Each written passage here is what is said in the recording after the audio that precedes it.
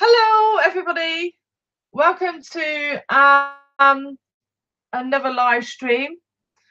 This is Mel's Table Talk, but it's going to be just me tonight. I just want to talk a bit about this this sensation that's going around online about, do you hear Yanny or Laurel on this audio recording? So I'm going to do an experiment tonight. I've not done this before, so I'm going to try to screen share to play this recording so people can hear it and see what they think they can hear. So without any further ado, I'm going to try that now and play the, do you hear Laurel or do you hear Yanny or do you hear both? Okay, so let's have a go.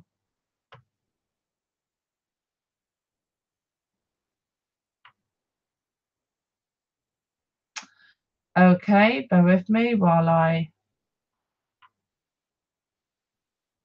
Laurel, Laurel, Laurel, Laurel, Laurel, Laurel, Laurel, Laurel, Laurel. Okay, so what do you hear? Do you hear Laurel? Do you hear Yanny? Or do you hear both? A few more seconds. Laurel, Laurel, Laurel. Okay, now there is another one also that's going around. And this one is, do you hear brainstorm or green needle?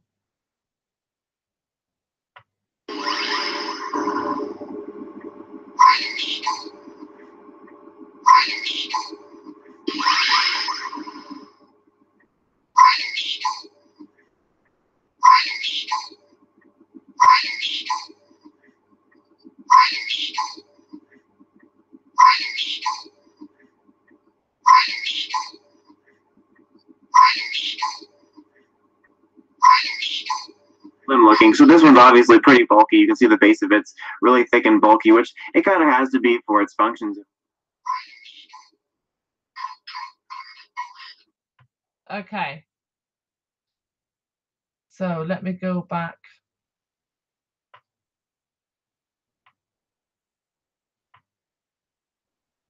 To Google Hangouts, stop sharing. Okay. So for me, on the first one, I hear Laurel, and that's all I hear. I have not heard Yanny at all. And on the second one, what's interesting is, first of all, I was hearing brain needle. I have not heard brainstorm at all. But watching that one, then I started to hear green needle, which is the first time I started to hear green needle. But I haven't heard brainstorm at all. And this goes back to, do you remember this phenomena where they had this dress going around online, and some people were seeing it as blue and black, and some people were seeing it as gold and white? And once again, I will screen share and show you a picture of this dress. Okay, share. Okay, so this is that dress. Now, I looked at this earlier today on Moneybag73's video, and I saw gold and white. Looking at it now, I see blue and black. And I don't see gold and white at all. So it's changed for me, as has some of these recordings, in the space of a few hours. Okay, let me go back and stop sharing. Okay. Now these audio recordings, the dress, and the trainers were another one that people saw different colors. I think these are easily explainable, whereas everyone has different frequencies of hearing. So some people are going to hear Laurel, some people are going to hear Yanny. They both exist at the same time. Both versions exist at the same time in this audio recording. In the same way that the colors of a dress both exist at the same time. What's different is how we're perceiving it, dependent upon our audio range as well as our visual range. So you can do tests, you can look at your perception of color, and there are variation amongst people as to how many colors they're going to be able to see. And this will determine how things look to you in terms of color. So I don't think these are Mandela effects themselves. I think these are either deliberately or inadvertently created using technology, and it's an interesting phenomenon that people are noticing, that they see and hear things differently. However, I do think it is directly applicable to the Mandela effect, and this is why. Okay, I'm going to go back to my Google Hangouts window and open this on my phone YouTube so I can see the chat better. Hangouts window and open it. Okay. Hi, Lenny. Let me just say who's here. Hi, Lenny. Hi, Sup. Hi, Morocco. 01. Okay, you see white and gold. All right. It's interesting, Morocco, to look at it at different times of day on different screens, and you might find that you change. You see it differently in different light, which would make a lot of sense, because it depends on the wavelength of light, the ambient light as well, as to what frequency is, which of your retinal cells are being activated. Hello, Brenda.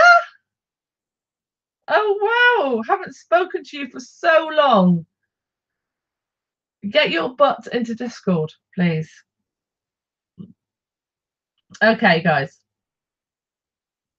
All right, so how does this apply to, how is this applicable to the Mandela effect? I think it's the principles exactly the same.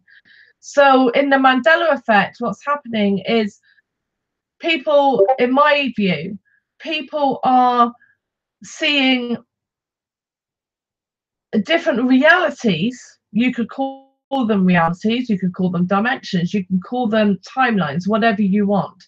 But people are seeing different versions of objects, of realities, based upon their range of frequencies that they're able to perceive.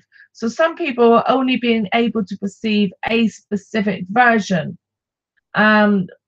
whatever that may be. Whereas other people are being able to oscillate between the different versions. They're being able to perceive two or more at the same time, or swiftly changing between them. And the reason for this, in my opinion, is this goes back to something called the 0 point energy field, which is an energy field which exists at the basic structure of our reality. It exists everywhere. It is the energy field that from which the information is gathered for everything to exist, for how everything works. It's kind of like, you could equate it to a massive super hard drive of a computer, the computer of our matrix, of our reality, where everything is stored. What you perceive depends on which folder in that hard drive you've opened at any one time, but you can have many folders open at the same time. You can be accessing different memory banks of this hard drive at any one time. So most people will only have one folder open at one time. Other people may have two. Other people may have three, and they may be switching windows between different folders. because everything that exists, has ever existed, and is postulated ever will exist or could exist, the information of that is stored in this 0 point energy field. But it all depends on which frequency of that field you are accessing at any one time as to what you perceive your reality to be. So some people will have natural abilities, greater abilities, in order to access different folders at the same time, just like some people are just more naturally intuitive with using computers. They just find it easier to understand how it works and apply that. It doesn't mean not everybody cannot learn how to be proficient at using a computer. It's just that some people, they find it a bit more difficult. It takes longer to learn.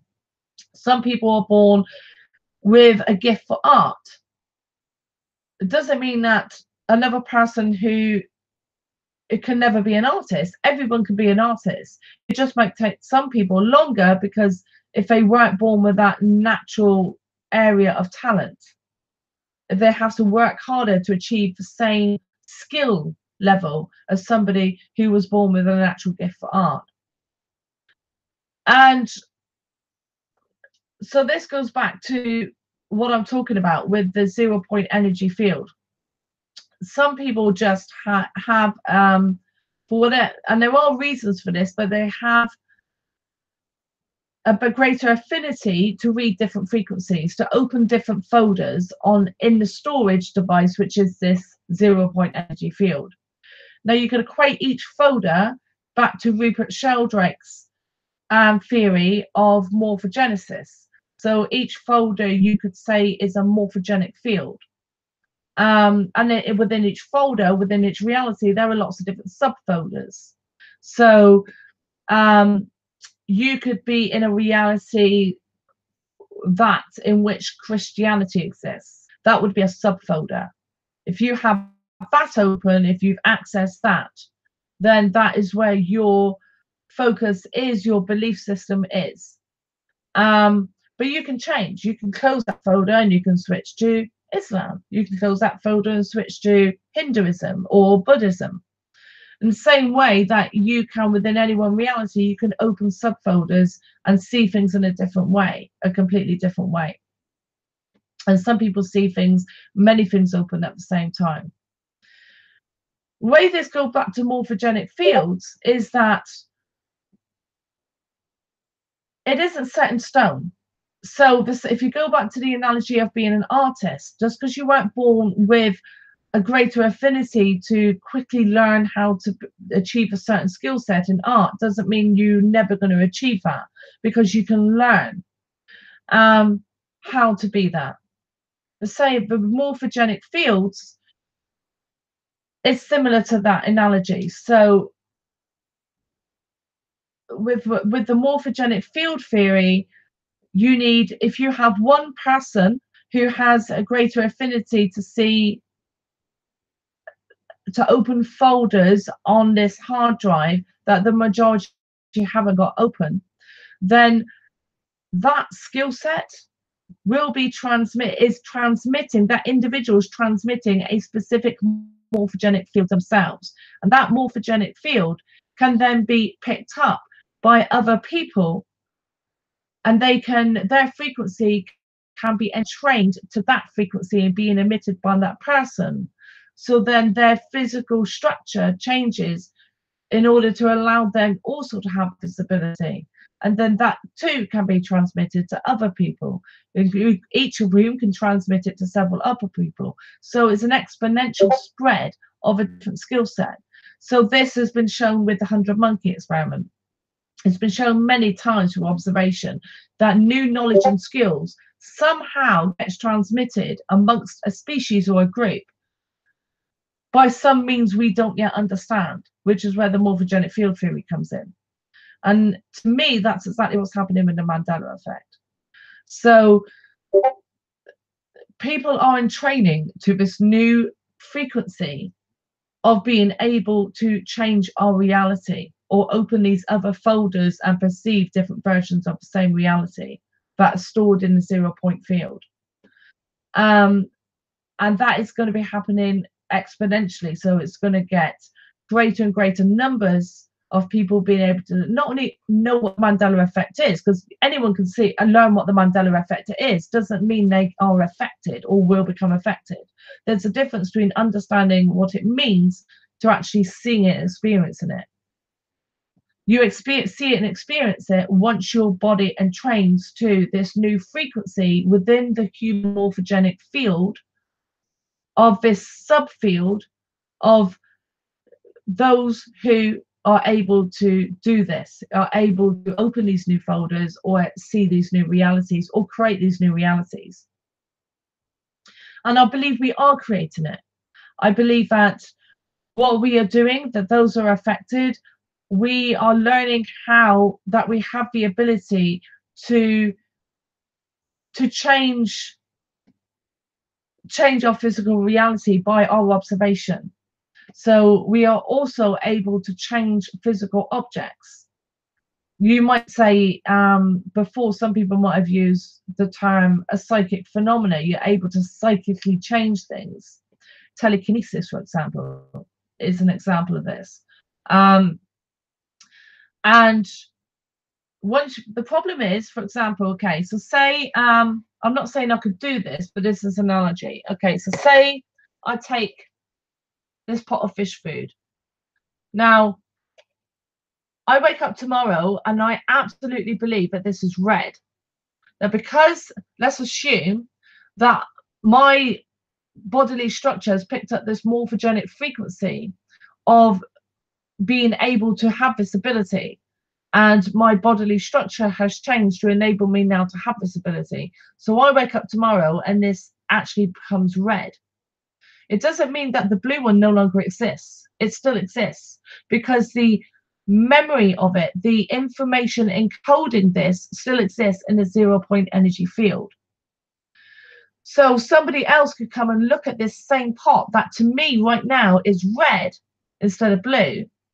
Then now they, depending on which folder, the memory of this, that the information that encodes this to exist in the 0-point energy field, depending on which version they are tapped into at the time, will determine whether they're going to see it blue or red. And you can change, you can switch between these different folders if you like. So I could then change back to the blue folder and suddenly I'll see it blue.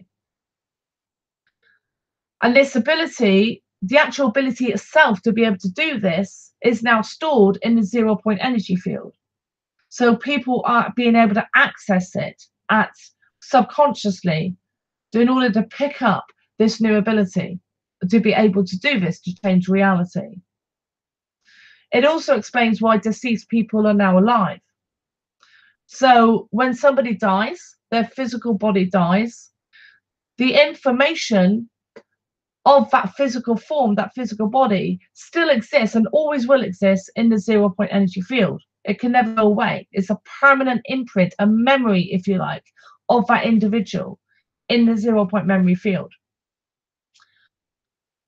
But with this new ability, people are able to tap into that field and make that physical body exist again, bring it back. You might say, how does this relate? How does this tie in with the soul, the spirit of the person? Does it mean they don't have a soul and don't have a spirit? I don't know. They could do, because their spirit has never died. It still exists, because that's what your spirit is. Your spirit is the information encoding that personality of that individual who once was alive still exists in the morphogenic field, the 0-point energy field, or another name for this will be the collective consciousness. The 0-point energy field it's akin to the collective consciousness. That all the information. So say I die, my physical body dies, my soul or spirit, whatever term you want to use, everything that makes me who I am, other than my physical form, doesn't die. It still exists within the collective consciousness or the 0-point field. It still exists. It's still there. So that's I'm still an independent person. I still exist, or I can exist. I can, my memory, my everything, my knowledge, my everything I've accrued over my lifetime is still there and accessible. So you could, a lot of people will say, well, is there a God then? Is there an overall conscious intelligence which is directing all this? So what makes a spirit or a soul of a person come back and communicate with the living? How does that work? I don't know. Maybe it is an overall overarching entity, a consciousness which is directing all this, that says, okay, that person needs that information, that human had that information, okay, this version of that human that still exists in my memory bank, so I'm going to send that to that person and transmit the information. Perhaps that's how it works, or perhaps it's because as long as people remember that that person existed and had that knowledge, they, with their consciousness, can call that forth from the memory bank, which is the 0-point energy field. And when that comes forth, it will present itself via their memory of that person in the form of that person.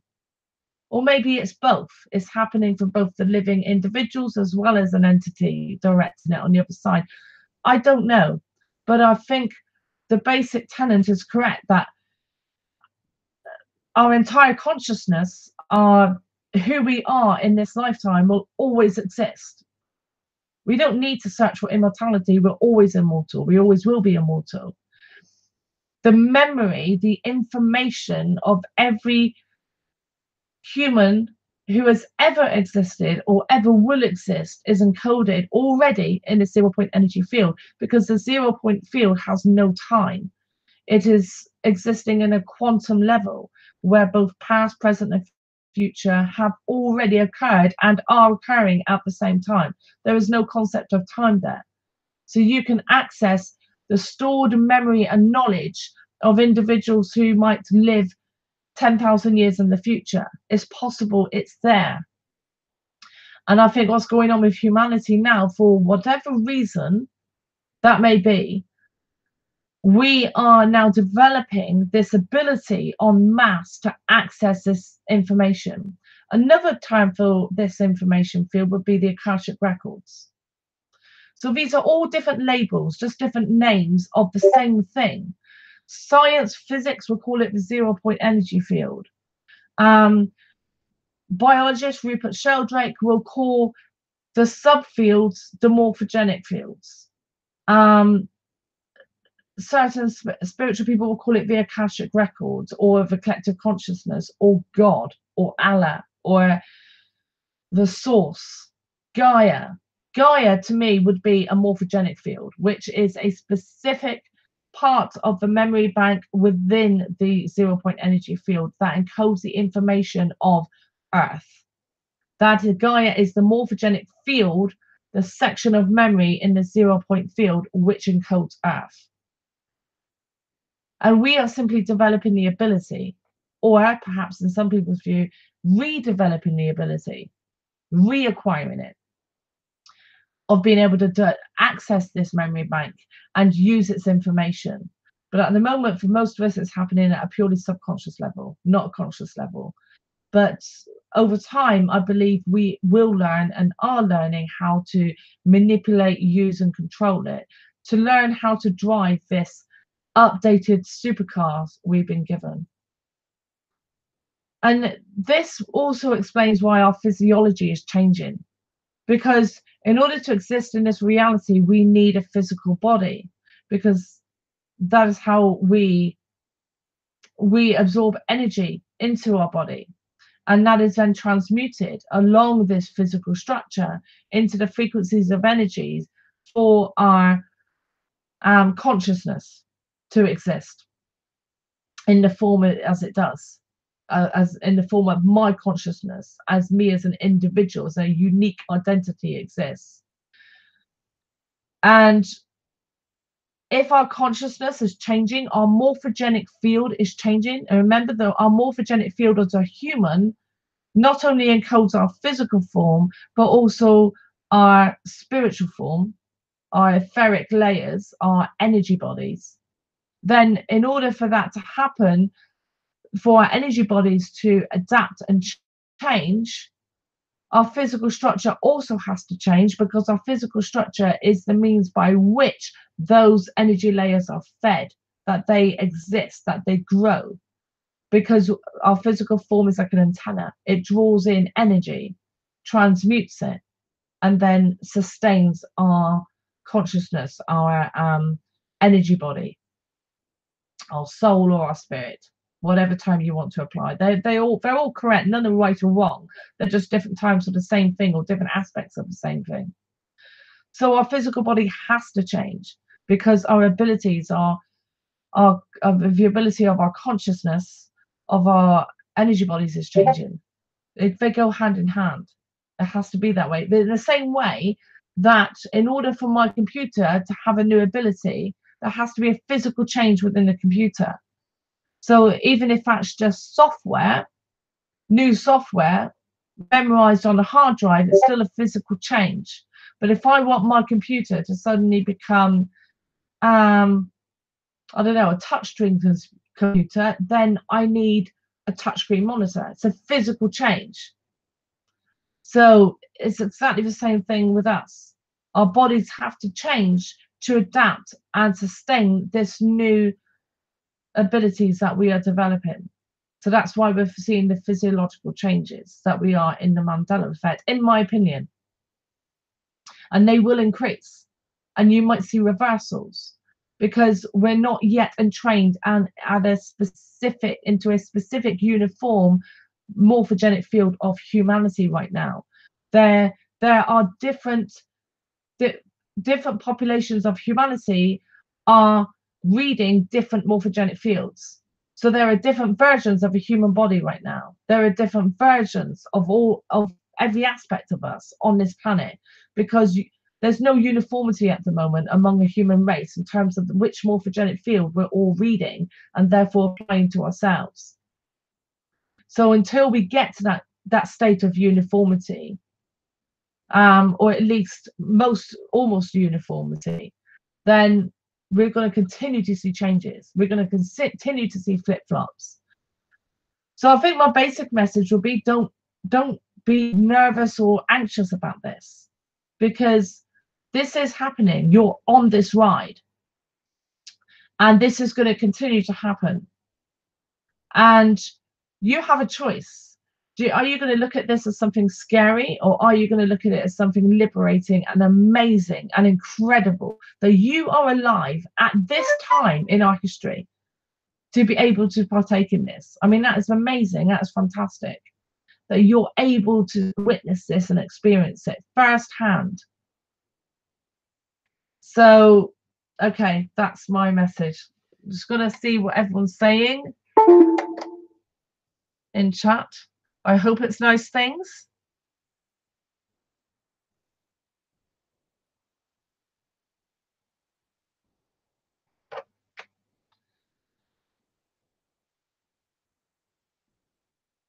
Hello, Transcend 1111, and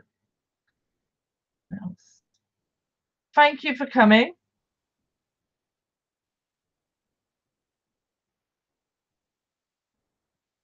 Yes, Lenny. And Lenny has said yes, and there are many duplicate worlds in different scale universes. Yeah. Timelines merge like waves in the ocean. Several morphogenic fields, yes. Or not, because the frequency prism will take people to levels where lower vibration folks cannot perceive high vibration people. Yeah, I can see that's absolutely possible, for sure, that we may never achieve uniformity. That perhaps that is where the knowledge from the biblical scriptures comes from, of the rapture. Perhaps that is true, because it explains the biblical scriptures. I mean, I don't think anybody can really deny that the various biblical scriptures it doesn't matter what religion you're looking at, They all have seemed to accurately predict the future. How can they do that? Well, because certain individuals, the leading lights of those religions, had this enhanced ability, which at that time was very rare, to read the Akashic records or the 0 point energy field. They were able to see what was going to happen in the future, and they have interpreted it based on their current level at that time of understanding, and then that has been written down. And of course, we can play the Chinese whispers game and what's happened to those over the time. But the same way is if I suddenly started remote viewing Earth 10,000 years from now or 1,000 years from now, I am sure that I would see things that I really wouldn't understand. How can I explain that future technology when there is no reference language now for me to do that? There's no real understanding in my head for me to do that. I can only try to use the language available to me now to try and describe something I've seen, where the language doesn't exist to describe it yet. Imagine 500 years ago, somebody remote viewing our lives today. How would they describe a computer? You know, there's no reference language for them to do it at that time. How would they describe oh, I don't know, my mind's gone blank. You know, a space shuttle. I know may not exist, but a space shuttle, how would they describe it? How would they describe you know, some of the weaponry that we have? What words would they use? And would we now recognize those words back then to be describing things that we have now today? So I think that's what's happened. These people in these religions earlier on were able to do what more and more people now are able to do, or learning to be able to do, and read all the information, or some of the information, snippets of it, within this 0 point energy field that exists through us, within us, around us, everywhere.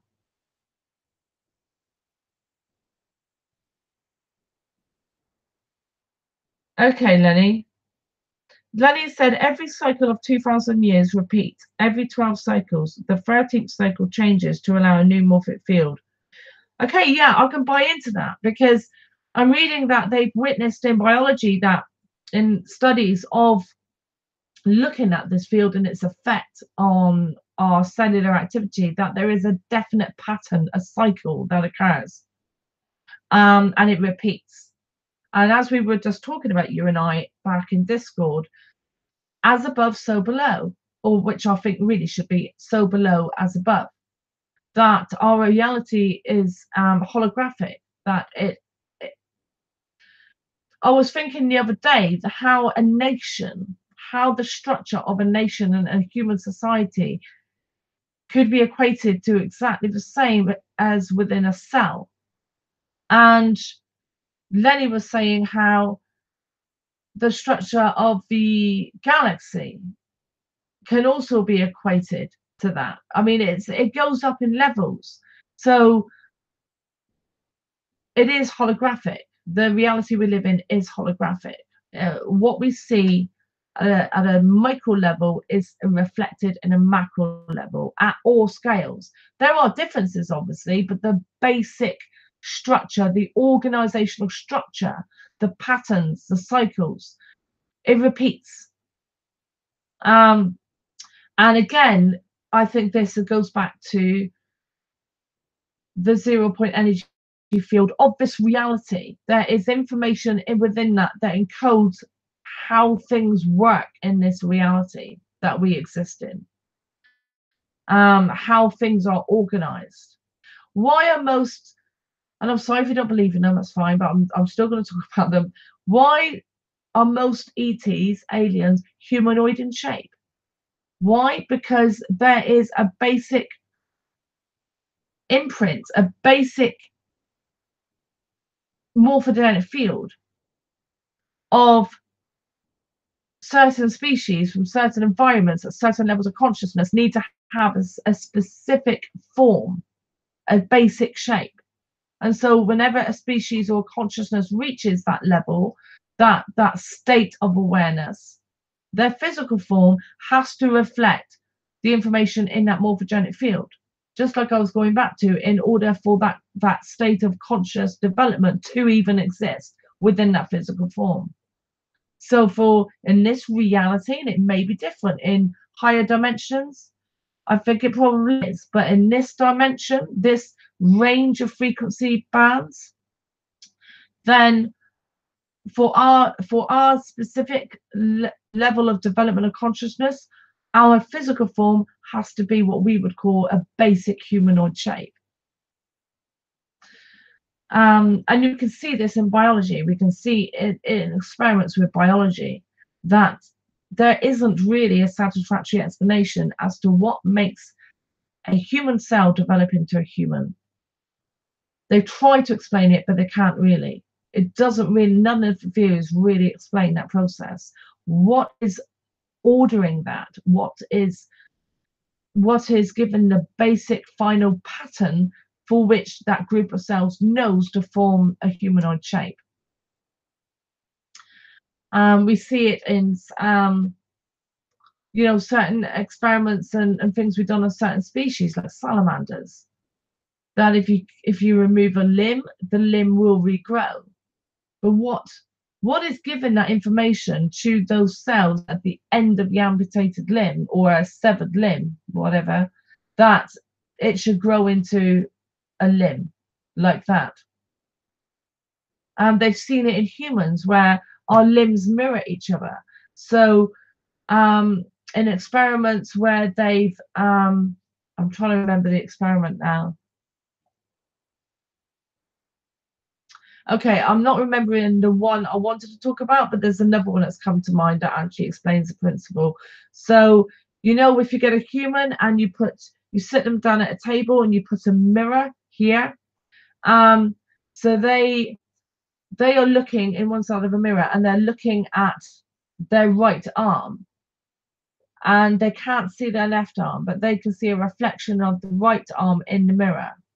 That you can trick them to believing and actually feeling a sensation on their left arm of what they feel on their right. Is that right? I think that's the right way around. So you can trick the brain into believing that your left arm therefore is your right arm. So you can trick the senses. And again, this all goes back to the way our morphogenic field affects us. Okay, so I'm going to stop there because I am getting tired. Oh, Lenny, okay. Yes, Lenny, some seeds have started growing in new morphic fields. Yeah, I think this is affecting all life on the planet. It's not just humans. It's affecting everything. That's why we're getting manned animals. That's why we're getting new forms of life. I think the Earth itself is changing frequency. Gaia, if you like, is changing frequency, which is changing, therefore, the frequency, the morphogenic fields of all life that constitutes or is part of Gaia. So all physical forms are changing. Are they revealing truth in Star Wars and Star Trek universes? Yes, I think they were revealing truth as they currently understood it at the time, which is exactly what I'm doing. It doesn't mean it's all right. It just means it's a current perception using non-science and observational data to explain what's happening. It doesn't mean it's right. Or it depends what you mean by right. Do you mean 100% accurate? Well, surely, what does that mean? Because everything changes, even the constants change. The speed of light changes, gravity changes, everything changes. There are no constants. So therefore, what does right even mean?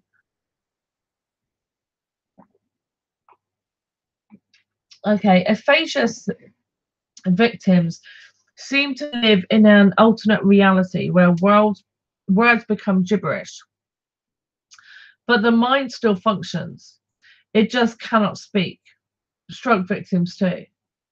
Yeah, definitely.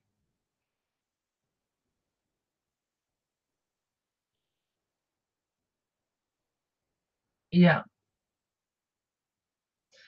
So there's like chaos at the moment within the human species, and chaos isn't a great state.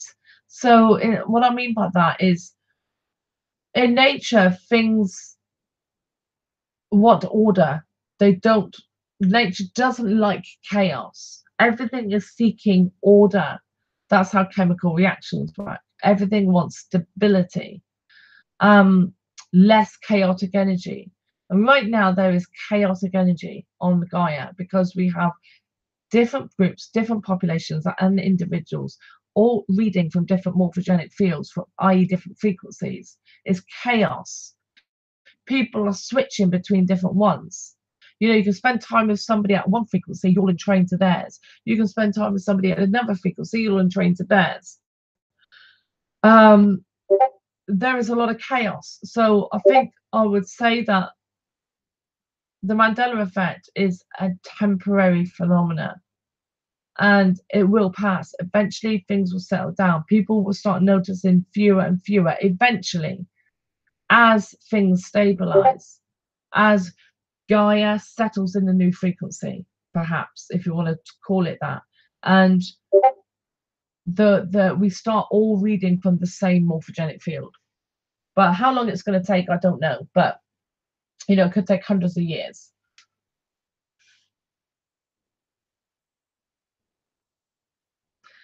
Okay, so that's all I wanted to say tonight. And I'm hoping to have Lenny on, because Lenny's a very intelligent person. He's very knowledgeable about science and physics, and I'm really looking forward to having a good conversation about these things with Lenny and getting his knowledge and point of view across. Lenny struggles using Google Hangouts, so we're not going to be able to do it live. So what we'll do is we'll pre-record it and then upload it. I also want to come back to tell everyone about my trip to see Candice Call Goldman and what that was like. So I'm trying to organise that to get the other people who went to talk, to come on, and we can describe our different experiences, because it was absolutely amazing. It was just really profound and so synchronistic. I'd also like to say that I have now started to see number synchronicities. I said on Michelle's opinions a little while ago that I don't see number synchronicities. Well, I think it was like a day after I saw my first one, and they've just continued since then. But that is a classic example of what I'm saying. Basically, what has happened there is I have entrained subconsciously to the morphogenic field that sees the number synchronicities. And now I've started seeing them. But it doesn't worry me. I think it's amazing. I'm just enjoying the ride. So I think the next step is for us to learn how to consciously control this. And I can think of experiments with meditations to try and do that.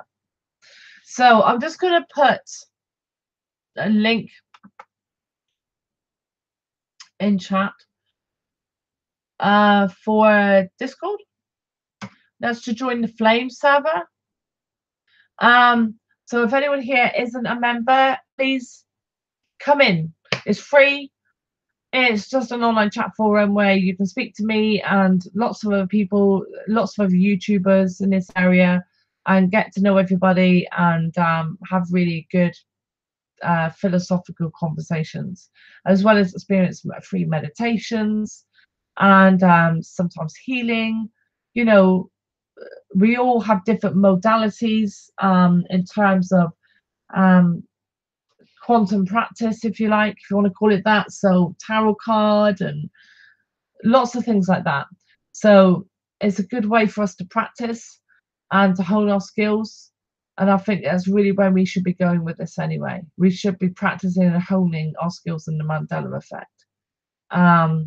Because we can, I believe, use this for the betterment of everybody. And I also believe that there are factions out there that will inevitably be desperately trying to use this for the betterment of some of humanity and not all of humanity. So I think it would behoove us to practice it ourselves, and just be aware that a lot of these things that be going online, like I started off talking about, they are likely, if they weren't created to do this specifically, they certainly will be using them to do this, I would have thought, in determining just what's going on and how many people are operating at different frequencies now, because the morphogenic fields and 0 point energy and the applications that have been known for a long time. So it's not like certain factions of humanity are not going to be fully aware of this and what this means and what the Mandela effect really means. Anyway, so thank you for coming. My Google's just come up. It must have picked up. See, this is the thing. I'm not recording or anything on my phone, but it's listening to me, because just before I said behoove us. So now look what's come up on my phone. Did you see that? It's just come up spontaneously. It's a Google search. Hoovers to practice it ourselves. So it picked up my word behoove. And yet it shouldn't be picking me up at all. It shouldn't be recording me. What's it doing? I never use that AI thing. Whatever it's called, I never use it. I don't like it. So just there you go.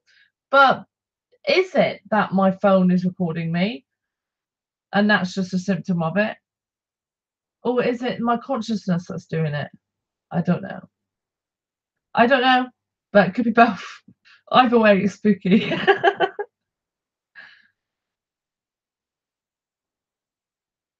Yes, Transcend. Seems like the 100th monkey with the Mandela effect is kicking in right now.